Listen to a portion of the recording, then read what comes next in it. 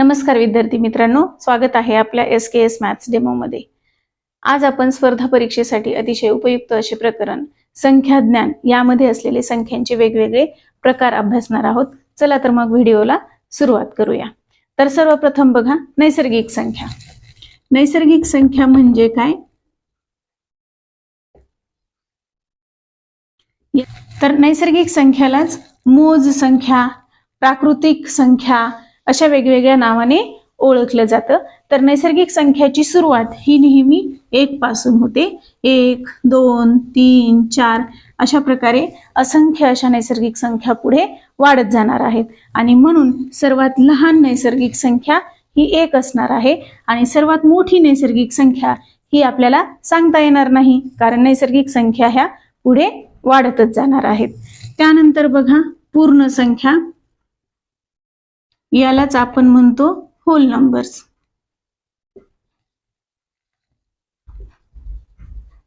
तर मग नैसर्गिक संख्यांची सुरुवात 1 पासून होते आणि नैसर्गिक संख्येच्या गटामध्ये जर 0 मिळवला तर पूर्ण संख्या होतात, म्हणजेच 0, 1, 2, 3 अशा प्रकारे पूर्ण संख्या सुद्धा वाढत जाणार आहेत आणि असंख्य अशा आहेत।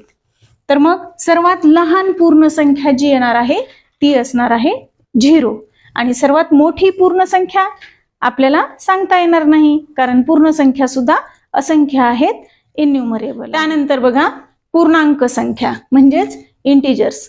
तर पूर्णांक संख्या म्हणजे काय? धन संख्या, शून्य आणि ऋण संख्या या तिघांना मिळून पूर्णांक संख्या असे म्हणतात। तर मग धन संख्या म्हणजे काय, ऋण संख्या म्हणजे काय, थोडंसं आपण विस्तारितपणे पाहूया।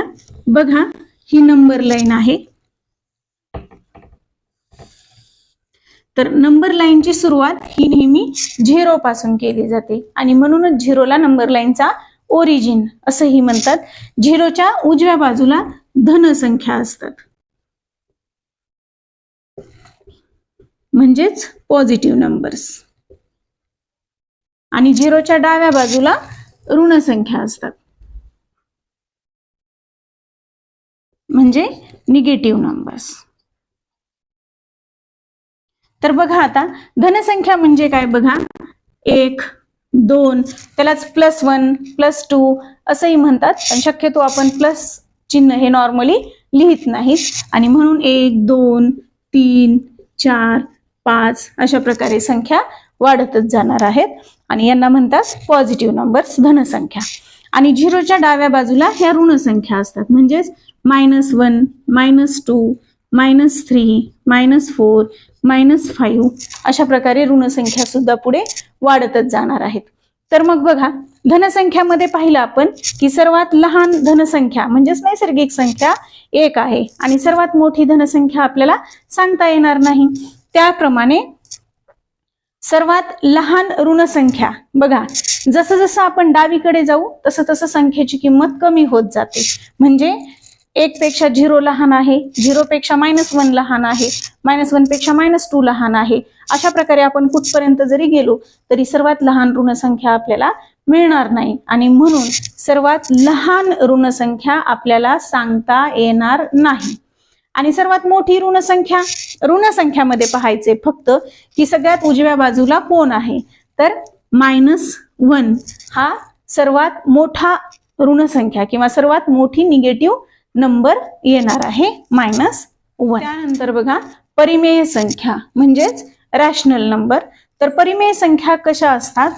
परिमेय संख्या या P/Q च्या फॉर्म मध्ये लिहिल्या जातात किंवा लिहिता येऊ शकतात, म्हणजे छेद आणि अंशाच्या फॉर्म मध्ये, बट जो आपला डिनॉमिनेटर असणार आहे छेद, Q is not equal to 0, म्हणजे अशा सगळ्या संख्या की ज्या अपूर्णांकामध्ये लिहिता येऊ शकतात पण Q हा 0 नाही पाहिजे आपल्याला। तर मग बघा, परिमेय संख्या 2 प्रकारच्या आहेत। तर कुठल्या? एक आहे खंडित दशांश रूप आणि दुसरा आहे अखंड, यालाच म्हणतात आवर्ती दशांश रूप।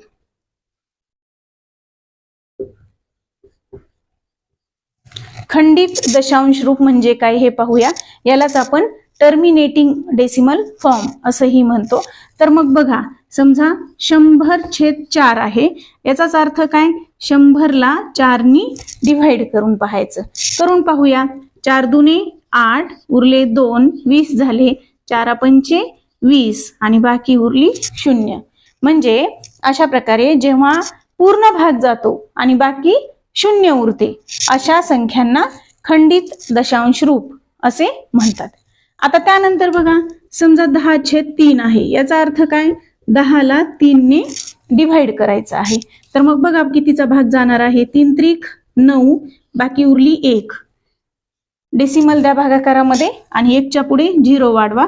पुन्हा 3 त्रिक 9, पुन्हा बाकी उरली 1, पुन्हा 0 वाढवा. 3 त्रिक 9, पुन्हा बाकी 1 उरणार. म्हणजे बघा अशा प्रकारे आपण 3नी कुठपर्यंत जरी भाग घालत गेलो तरी आपली नेहमी बाकी 1च उरणार आहे आणि आपलं उत्तर 3.33333 पुढे येतच राहणार आहे. याचा अर्थ काय, 3 अशा प्रकारे वाढतच जाणार आहेत आणि याला आपण असं लिहितो. जर एकच डिजिट रिपीट होत असेल तर 3च्या डोक्यावर डॉट असं लिहिलं जातं. अशा प्रकारे एक डिजिट रिपीट होऊ शकतो किंवा एखादा ग्रुप ऑफ डिजिट सुद्धा रिपीट होऊ शकतो. म्हणजे काय बघा, 2.575757 अशा प्रकारे हा ग्रुप ऑफ डिजिट सुद्धा रिपीट होऊ शकतो. आणि याला कसं लिहिलं जातं, 2.57च्या डोक्यावर एक आडवी लाईन दिली. त्यानंतर बघा अपरिमेय संख्या, यालाच आपण म्हणतो इरॅशनल नंबर. तर मग अपरिमेय संख्या म्हणजे काय, आपण परिमेय संख्यामध्ये पाहिलं की एखादा ग्रुप ऑफ डिजिट किंवा एखादा सिंगल डिजिट रिपीट येत होता. पण जर असं असेल तर एकतर कोणताही ग्रुपही रिपीट येत नाही किंवा एखादा डिजिटही रिपीट येत नाही.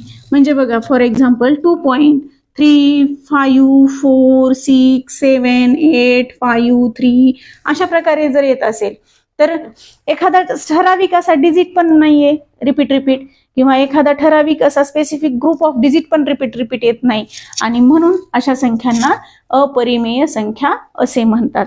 त्यानंतर बघा वास्तव संख्या, यालाच रियल नंबर असंही म्हणतात.